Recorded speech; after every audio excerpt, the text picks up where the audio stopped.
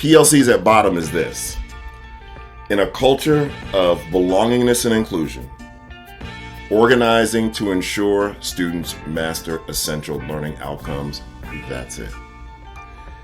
One of the challenges of PLCs is that we often start with all the moving parts without ever seeing the whole. We got to begin with the end in mind. The end in mind is, we said every student has to know how to make this water bottle and label by the end of 7th grade. How do we organize to ensure it? Every student masters that, no matter who they are, who their daddy is, where they're from, what apartment they live in, what language they speak or don't speak, what income their parents have or don't have. All of that is context.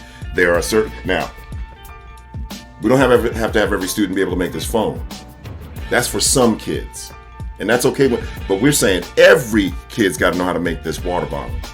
And so as soon as all is a part of it, that's when you become a PLC. So organizing to do that. The disadvantage is right there in your face. What it is no one teacher has all the answers. And you got Marva Collins, Jaime Escalante, Aaron Gruelle, Lorraine Monroe. No one teacher has all the answers to ensure learning for every student. So in a PLC, the only reason you collaborate is because we've got a learning proposition that involves every student. That's what a PLC is.